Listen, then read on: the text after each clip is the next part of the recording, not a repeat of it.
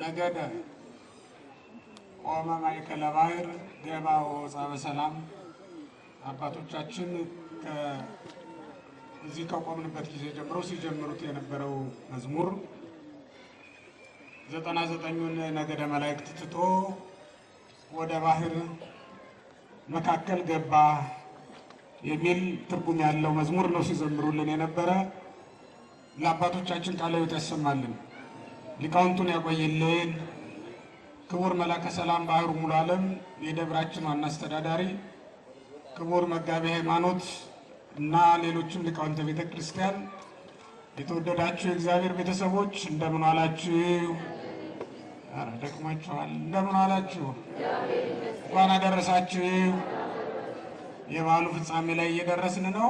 አትድከሙ፣ ቀና ቀና በሉና አጠር ያለች ትምህርት ብቻ የታቦት ማስገቢያ የሚሆን ትምህርት ተምረን ማደሪያም እንዲሆን ለነፍሳችን ማሳደሪያ ምግብ እንበላለን።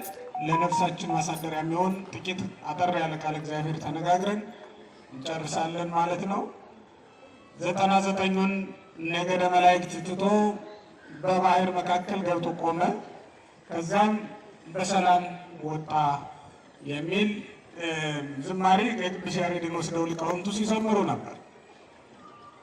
አምላካችን መድኃኒታችን ኢየሱስ ክርስቶስ ለስም አጠራሩ ክብር ይግባውና ዛሬ በዚህ ዕለት ውሃን የባረከበትን በባህር መካከል በውሃ መካከል እኛን ለማዳን የምትሆነውን ጥምቀት ለመመስረት የተገኘበትን በዓል እያከበርን ያለ ነው።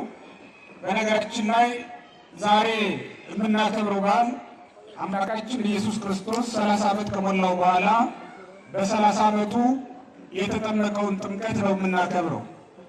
30 ዓመቱ አዳም የተፈጠረው የ30 ዓመት ጎልማሳ ሆኖ ስለነበረ ነው በ30 ዓመቱ ጌታ የተጠመቀው ብለውናል ሊቃውንት። አዳም በ30 ዓመቱ ተፈጥሮ በልጅነት ከብሮ ነበር ወደ ገነት የገባው። በ30 ዓመት ያገኛትን ልጅነት በኃጢአት ምክንያት አጥቷት ስለነበር ጌታ አዳምን ሲያክል ወደ መጠመቂያው ስፍራ ገባና የአዳምን የቀደመች ልጅነቱን በጥምቀት ሊያስመልስለት ስለፈለገ ዛሬ ፍጹም አዳምን ሲያክል ኢየሱስ ክርስቶስ 30 ዓመት ሲሞላው ወደ መጠመቂያው ስፍራ ወደ ዮርዳኖስ መግባቱን ይነግሩናል።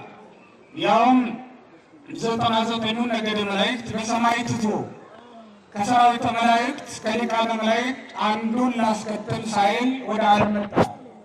ባሕርየ መላእክትን አካለ መላእክትን ገንዘብ ላድርግ ሳይል እግዚአብሔር ክርስቶስ የእኛን ባህሪ አድርጎ ወደ ዓለም መጣ። ወገኖች መላእክትን ካከበረበት ክብር በላይ እኛን ማክበሩን ለማስረዳት ነው ሊቃውንቱ 99ኙን መላእክት ትቶ ያሉት ለዚህ ነው። እንደኛ ባለ ክብር መላእክትን ስላላከበራቸው እኛን በጎበኘበት መንገድ መላእክትን ስላልጎበኛቸው ነው ሊቃውንቱ 99ኙን ትቶ ያሉት። እነሱን አልመሰለም። የእነሱም አምላክ ነው፣ የእነሱም ፈጣሪ ነው። ግን የእነሱን ባህሪ አድርጎ ከመላእክት እንዳንዱ አልሆነም ኢየሱስ ክርስቶስ። ያን ጊዜ በክብር ከኛ ከፍ የሚሉ መላእክት ነበሩ። በሰማይ ይኖራሉ፣ በእግዚአብሔር ዙፋን ዙሪያ በክብር ይኖራሉ። በተፈጠሩለት ማዕረግ ጸንተው ነበሩ። ከእነሱ ይልቅ ሰውን ወደደ እግዚአብሔር። ሰውን ለወደደ አምላክ ክብርና ምስጋና ይግባው። እንዲህ ስላደረገ ነው 99ኙን ትቶ ወደ እኛ መጣ፣ በባህር መካከልም ገብቶ ቆመ የተባለው ለዚህ ነው። ባሕርየ መላእክት ወደ ውሃ መውረድ፣ በውሃ መታጠብ፣ ውሃ መጠጣት አያስፈልጋትም፣ አያሻትም። ባሕርየ መላእክትን ቢለብሱ ኖሮ በከንቱ በረት መወለድ፣ በጨርቅ መጠቅለል አይጠበቅበትም ነበር። ልብ በሉ ክርስቲያኖች፣ ሰው መሆን ምን ያክል ጻዕር ጋር እንዳለው መከራ እንዳለበት እንድታስቡት ነው እንደዚህ ምላችሁ። ሰው በመሆኑ ተዋርዷል፣ በከንቱ በረት ተጥሏል፣ በጨርቅም ተጠቅልሏል። ምጽዋት እጅ መንሻ ከነገሥታት እጅ ተቀብሏል። ሰው በመሆኑ ደክሞ ገላውን ታጥቧል። ሰሎሜ በግብፅ በረሃ ሲንከራተቱ በነበረ ጊዜ እንዳጠበችው በዜና ማርያም በነገረ ማርያም ተጽፎ ስለምናል።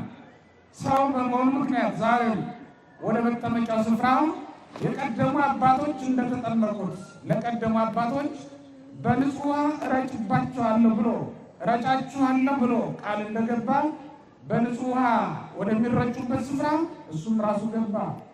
እድሜ ተቆጠረለት። ከመላእክት ለአንዱም እድሜ አይቆጠርለትም። ምክንያቱም በመላእክት ዓለም ዘመን የለም። አንድ ሁለት የሚባል ቀን ስለሌለ መላእክት ሕፃንነትም ሽማግሌነትም የለባቸውም። ለባህሪያቸው አይስማማ። እሱን ያንን ሁሉ እንደ ተራ ነገር ቆጥሮ ሕፃን ሆነ 30 ዓመት ሞላው እየተባለ ይነገርለታል ማለት ነው። ያንን ጥቶ ዛሬ በባህር መካከል ገብቶ ቆመ። ውሃን ሊባርክልን። በነገራችን ላይ ይኸውልህ እኛ የሳት ነው ከአራቱ ባህሪያት በሁለቱ ተሸንፈን፣ ከአራቱ ባህሪያት በስንቱ በሁለቱ ተሸንፈን፣ በመሬታዊ ባህሪና በውሃ ባህሪ ማለት መብላት መጠጣት የሚስማማቸው እነዚህ ስለሆኑ መብላት መጠጣት በእነዚህ ምክንያት ኃጢአት መጣ። አራቱም ባህሪያት በኃጢአት ረከሱብን ማለት ነው። ነፍሳችን ራሷ ከጸጋ እግዚአብሔር ተለየች በዛ ምክንያት። ስለዚህ ክርስቶስ ምድርን ሊቀድሳት ከአራቱ ባህሪያት አንዱ ነው። ምድር ለመቀደስ በምድር መካከል ተመላለሰ ወይም ወደ ምድር ተቀበረ፣ ገብቶ ተቀበረ ማለት ነው። ከአራቱ ባህሪያት አንዱ የሆነው ውሃን ደግሞ ይባርክ ሰው ዘንድ ዛሬ በውሃ መካከል ገብቶ ተገኘ ማለት ነው። ሌሎችንም እንግዲህ ኢየሱስ ክርስቶስ ወደ ዓለም የመጣው እኛን ሊቀድስ ስለሆነ በየጊዜው ቀድሶናል። እንግዲህ በውሃ የጠፋውን ትውልድ በውሃ ለማዳን ኢየሱስ ክርስቶስ ወደ ውሃ መካከል ገብቶ በውሃ የጠፋውን ያልኳችሁ በቀደመው ዘመን በውሃ ሰውን ቀጥቶት ስለነበር ነው። በውሃ የተቀጣውን ትውልድ በውሃ ፈወሰው ማለት ነው። ድሮ የወረደ ውሃ ሁሉን ነበር ያጠፋው። በዚያ ዘመን የተገኘው ጻድቅ ሰው ኖህ ነው። ኖህ በዘመኑ በውሃ የጠፋውን ትውልድ በመርከብ ጥቂቶችን ከማዳን በስተቀር እንደ ኢየሱስ ክርስቶስ ሁሉን በዚያ ውሃ ማዳን አልተቻለውም። ምክንያቱም ኖህ ውሃውን መቀደስ የሚችልበት ጥበብ ኃይል ስላልነበረው ነው። ኖህ ትውልድ ለማዳን የተፈቀደለት በመርከብ ብቻ ነበረ። በውሃ ማዳን አልተፈቀደለትም ነበር። ኢየሱስ ክርስቶስ ግን በውሃ ማዳን የሚቻለው ስለነበር ከኖህ የሚበልጥ ነውና በውሃ ሁሉን ያድን ዘንድ ወደ ውሃ ገብቶ ቆመ ማለት ነው። ስለዚህ ውሃ ከዚህ በኋላ ለጥፋታችን ሳይሆን ለመዳናችን ምልክት እንዲሆን መሳሪያ እንዲሆን ኢየሱስ ክርስቶስ ወደ ውሃ መካከል ገብቶ ቆመ ማለት ነው። በውሃ ቀጣን። ዛሬ ደግሞ እንደገና በውሃ ዳን። ተመልከቱ። ሰው ነበር የጎዳን። አዳም አይደል የጎዳን? እኛን የጎዳን ሰው ነው። ወይም ከኛ ወገን የሆነው ወይም የእኛ አባት የሆነው ባህሪውን ነስተን ከአካሉ ከአብራኩ የተከፈልንን እኛ ሁላችን ከአዳም አብራክ ነው የተከፈልነው። የአብራኩ ክፋይ የሆንን እኛን አዳም ሁላችንን ለሞት አሳልፎ ሰጠን። በሰው ተጎዳን፣ እንደገና በሰው ዳን። ተመልከቱ፣ ክርስቶስ ሰው ሆኖ ያዳንን ለዚህ ነው። በሰው ነበርና የሞት በሰው በኩል ዳን ማለት ነው። መዳንም የሆነልን በሰው ነው። ተመልከቱ፣ በሴት በኩል ሰይጣን ወደ ዓለም ገባ፣ በሴት በኩል ደግሞ እግዚአብሔር ወደ ዓለም ገባ። ካሳው የተደረገው በዚያው በአንጻሩ ነው። በሞትንበት መንገድ ጥፋት ወደ እኛ በመጣበት መንገድ ነው እግዚአብሔር እኛን መጥራዳለን ማለት ነው። ስለዚህ በሰው ብንጎዳ ሰው ሆኖ ወደ ዓለም መጣለን። ሰው ሆኖ ያድነን ዘንድ ወደ ዓለም መጣ ኢየሱስ ክርስቶስ። ረክሷል፣ ሞቷል ሳይል የሞተውን ባህሪያችንን የቆሸሸውን ስጋችንን አንስቶ ለበሰው ማለት ገንዘብ አደረገው። እሱ ለብሶታልና በሁላችንም ዘንድ የነጻ ሆነ ማለት ነው። ምክንያቱም ለቤተ ክርስቲያን በኩር የሆናት የቀድሞ አዳም አይደለም፣ እንዳትሳሳቱ። ለቤተ ክርስቲያን በኩር የሆናት ኢየሱስ ክርስቶስ ነው። ዛሬ የልደታችን በኩር ነው፣ የትንሣኤያችን በኩር ነው ኢየሱስ ክርስቶስ። የቤተ ክርስቲያን ራስ እንለዋለን ኢየሱስ ክርስቶስን ማለት ነው። ምክንያቱም ንጹሕ በሆነው ባህሪያችንን አዋህዶ ከንጹሕ ባህሪው የተነሳ ያደፈ ባህሪያችንን አንጽቶልናልና ነው። ዛሬ ደግሞ የሚገርም ስራ ሰራልን። ቀድሞ በበረት አገኘ ነው። ዛሬ ደግሞ በኃጥአን መካከል ቆሞ ሲጠመቅ አገኘ ነው። በዛ በሚጠመቅበት ስፍራ ሴት እንደ ዛሬው ሕዝብ አልተከተለውም። ልብ በሉ ክርስቲያኖች፣ እዚያ ቀድሞት የዮሐንስን ስብከት ሲሰሙ የነበሩ ሰዎች ነበሩ እንጂ ከገሊላ ሲመጣ ገሊላ ክርስቶስን ተከትላ ወደ ዮርዳኖስ አልመጣችም። ኢየሩሳሌምም አልሰማችም። ሰማይ እንደሚከፈት አብ ከሰማይ ሆኖ ሲጣራ ድምፁን እንደሚያሰማ የሥላሴ አንድነትና ሦስትነት በዚህ ቀን እንደሚገለጥ ኢየሩሳሌም አልሰማችም ነበር። ምክንያቱም በኃጢአት አንቀላፍታ ተኝታ ስለነበረ ነው። ወገኖቼ ለኃጢአተኛ ነፍስ እግዚአብሔርን ማወቅ አይሰጣትም። እግዚአብሔርን ማወቅ የማትችለው ደግሞ በቦታ ርቀት ምክንያት እንዳይመስላችሁ። ዘመንን ቦታ ቢያገናኛቸው ኃጥአን እግዚአብሔርን ሊያውቁት በፍጹም አይቻላቸው። ምክንያቱም እውቀት የነፍስ ገንዘብ ነው። ኃጢአት ነፍሳችንን ከእውቀት ባዶ ያደርጋታል፣ እውቀት አልባ ያደርጋታል። ያን ጊዜ እግዚአብሔርን ማየት ይሳናታል ማለት ነው። ለዚህ ነው ኃጢአት በጸናበት ዘመን ላይ በኃጢአት ትኖር የነበረችው ኢየሩሳሌም ሰማይ በሚከፈትበት ቀን እሷ ግን ምስጢሩን አልሰማችም። ኢየሩሳሌም የመንግሥተ ሰማይ ዜና በሚታወጅበት ቀን እሷ ግን የለችም። በኃጢአት ስምጥ ብላ ተኝታ ስለነበር ነው። ከኃጢአት እንቅልፍ ሁላችንንም በንስሐ ይቀስቅሰን። ዛሬም ሥጋው ደሙ ሲሰጥ ያልነቃችሁ ሰዎች በኃጢአት አዚም ውስጥ እንዳላችሁ ነግራችኋል። ዛሬም ክብር ከቤተ ክርስቲያን በየቀኑ ለምዕመናን እየተሰጠ ባዷችሁን የምትመለሱ ሰዎች፣ አብራችሁ የመጡ ሰዎች ንስሐ ገብተው በእንባቸው ነፍሳቸውን አጥበው ጸድቀው ሲመለሱ እንደነበራችሁ ናችሁ የምትመለሱ ሰዎች ታሳዝናላችሁ። በእውነት እግዚአብሔር ዛሬም ጸጋውን ከቤተ ክርስቲያን አላቋረጠም፣ ይሰጣል። ምን አስጨነቃችሁ ስለ ካህኑ? ምን አስጨነቃችሁ ስለ ዘመኑ? ምን አስጨነቃችሁ ስለሚጎራው ነገር? እናንተ ግን በክርስቶስ ንጹሐን ትሆኑ ዘንድ ተጠርታችኋልና አሁን የተጠራን ሁላችን ቀድሞ ገሊላም ኢየሩሳሌምም ያልተከተለችውን ክርስቶስን ተከትለን ነው ወደ መጠመቂያው ስፍራ ወርደን የነበረ አሁንም ደግሞ የተመለሰ። ዛሬ ኢየሱስ ክርስቶስ ከተጠመቀ በኋላ ወደ ገዳም ነውና የሄደው። በዚህ ቀን የተመሰረቱልን ነገሮች ብቻ ናቸው። አንደኛው ጥምቀት ነው። የብሉይ ኪዳኑ ጥምቀት ዛሬ አቆመ። ዮሐንስ አፈወርቅ እንደተናገረው አጸዋ ለእንታክቱ ዋላ ለየት ነው። የብሉይ ኪዳኑን ዘጋ። የብሉይ ኪዳኑ ጥምቀት ልጅነትን ያሰጥ አልነበረምና የሐዲስ ኪዳኑ ጥምቀት ደግሞ መዝገበ ወሉድ የምትባለዋል ጥምቀት እንደገና ከፍተልን ማለት ነው። ይህ አንዱ ነው። ሌላው ሥርዓተ ገዳምን የተመሰረተው በዚህ ቀን ነው። ክርስቶስ ከተጠመቀ በኋላ ሳይውል ሳያድር ወዲያውኑ ወደ ገዳም ስለሄደ መንፈስ ቅዱስ የተቀበለ ሰው በዓለም ምን አለ? የእግዚአብሔር ጸጋ የሞላባት ነፍስ ከዓለም ጋር ምንም ዝምድና የለም። ዓለም አይጣፍጣት፣ ወሬው አይስባት፣ መዝናኛው መዝናናቱ አይማርካት፣ ሌላው ነገር አይስባት። ምክንያቱም በመንፈስ ቅዱስ ጣዕም ስለተሞላች ነው። የመንፈስ ቅዱስን ጸጋ ላልተቀበሉ ሰዎች ዝማሬው አይጣፍጥም፣ ዘፈን ይሻላቸዋል። የክህነቱ ልብስ ደስ አይላቸውም፣ ራቁትነቱ ይሻላቸዋል።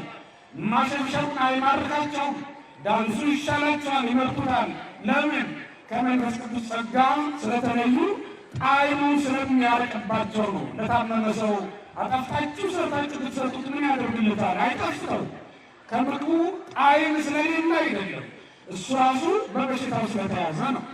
እናም ኃጢአት ለጸናችባት ነፍስ ምንም ነገር አይጣፍጣት። ይኸውላችሁ እናንተ እየዘመራችሁ ስትመጡ እኮ መጠጥ ቤት ሆነው ያሳለፋችሁ ሰዎች አሉ።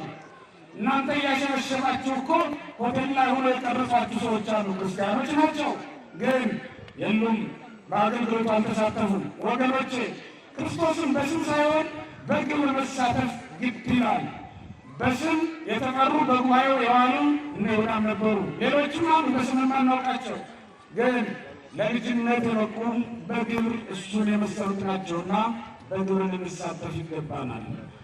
ዛሬ ሥርዓተ ገዳምን መሰረት የተጣለው ዛሬ ነው። ሌላው ሥርዓተ ምዕመናንም ዛሬ ነው መሰረት። ከተጠመቅን በኋላ እንዴት መኖር እንዳለብን የተማርነው ዛሬ። ኢየሱስ ክርስቶስ ከተጠመቀ በኋላ ወደ ገዳም ሄዱ። አባቶቻችን ምን ይላሉ? ሳትሉ ሳታድሩ መንፈሳዊ ሥራ ጀምሩ ማለት ነው ይላል። አንተ በስንት ዓመት የንጹም እያልክ ትከራከራለህ? አንተ በስንት ዓመት የጸሎት መጀመር ያለብኝ እያልክ ታነሳት ጥቅስ ነገርም መከራ አንተ ያለ ከተጠመቅበት ጊዜ ጀምሮ የክርስቶስ ሆናል። አለቀ በቃ ተመዝግበሃል። አንድ ተማሪ ትምህርት ቤት ከተመዘገበበት ጊዜ ጀምሮ ተማሪ ነው፣ መማር አለበት። በተጠራበት ሰዓት መምህሩ ሲጠራው አክብሮ በሰዓት ትምህርቱ ላይ መገኘት አለበት አይደል? ወታደርም እንደዛው፣ ሌላውን ሰው እንደዛው መስሪያ ቤቱ ባወጣው ሕግና ደንብ መመራት አለበት። ከተመዘገበበት ጊዜ ጀምሮ የተመዘገበው እኮ ስንጠመቅ ነው። ከዚያን ጊዜ ጀምሮ በስርዓተ ምዕመናን ልንኖር ይገባናል። የምንኖረው የምንወጣው የምንገባው በስርዓተ ምዕመን ነው። ካህንም ቢሆን ሊቅም ቢሆን የተማረም ያልተማረም ቢሆን የመጀመሪያው ስርዓተ ምዕመንነትን ማክበር ነው። ምክንያቱም መንግስተ ሰማያት የምትሰጠን በሊቅነታችን አይደለም፣ በምዕመንነታችን ነው የምትሰጠን። ያኛው ሌላ ተጨማሪ አገልግሎቱ ምናልባት ከሆነም እግዚአብሔር ከፈቀደ ተጨማሪ ዋጋ ነው ሊያሰጠን የሚችለው። ከዚያ ያለፈ ነገር የለም እንጂ በምዕመንነቱ ነው ማንም ቢሆን የሚጸድቀው። ምዕመንነት ምን ቆመው እኮ በምዕመንነታችን ነው፣ በሊቅነታችን አይደለም። ምን አዲስ ብትተረጉ ምንም አለ ምዕመንነት ነው። ልጅነት ያገኘባችሁ ምዕመንነት ነው። በዚህ ስርዓተ ምዕመናን የተመሰረተው ዛሬ ነው። ከዚህ በኋላ ወደ ዓለማዊ ስርዓት ትግቡ ማለቱ ነው ክርስቶስ። የወንጌል አገልግሎትንም የጀመረው ዛሬ፣ ስርዓተ ክህነትን ዛሬ ነው የተጀመረው፣ ስርዓተ መምህራንም ዛሬ ነው የተጀመረው። ኢየሱስ ክርስቶስ ወደ ገዳም ሲሄድ መምህራንን ምን እያላቸው መሰለህ? ሳትጾሙ ሳትጸልዩ አታስተምሩ ማለት እኮ ነው። እንዳገኝ የሚበላ መምህር ቤተክርስቲያንን አይሰጣትም፣ ምዕመናንን አይለውጣቸውም፣ ወደ ገነትም አይመራቸውም። በአገልግሎት ሰበብ ደከመኝ እያሉ መብላት አይቻልም። አገልግሎት አደረ ደክሜ ሳላስቀድስ ቀረው የሚባል ትምህርት የላትም ቤተክርስቲያን። በሰንበት ትምህርት ቤትም ያላችሁ፣ በልዩ ልዩ አገልግሎት ያላችሁ፣ በማህሌትም ያላችሁ ደክሞኝ ከስራው ከደሙ ቀረው ከቅዳሴው ቀረው አይባልም።